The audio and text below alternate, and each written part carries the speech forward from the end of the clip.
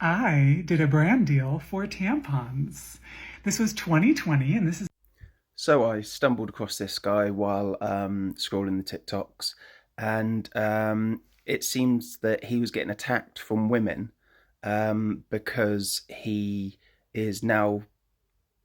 It's become a trend for men to buy tampons, and apparently it's a problem that women are now running out of tampons in shops and stuff. Anyway, let's not get into that too far. Um, so anyway, I did a little bit of research because that's usually what I do, and from what I can tell so far, there's two things that I'd like to point out. The first, generally, homophobia is from the older generation. Now, you've got to understand where they're coming from in the sense that they grew up being told that they, for men in particular, being told that they have to be masculine and that they have to fight for what they think is right and such things. You don't really see it these days, but back then, men were told to be strong, basically. And so, what you're going to find is that homophobic people, as the boomer generation kind of die out, it's not a nice thing to say, but as they kind of die out, that'll become a thing of the past.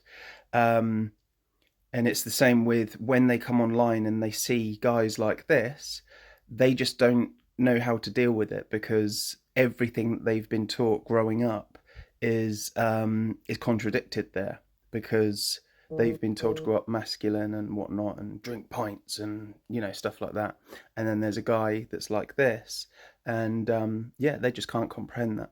And obviously, in their advanced age, you can't teach an old dog new tricks, and so that's just the way it is.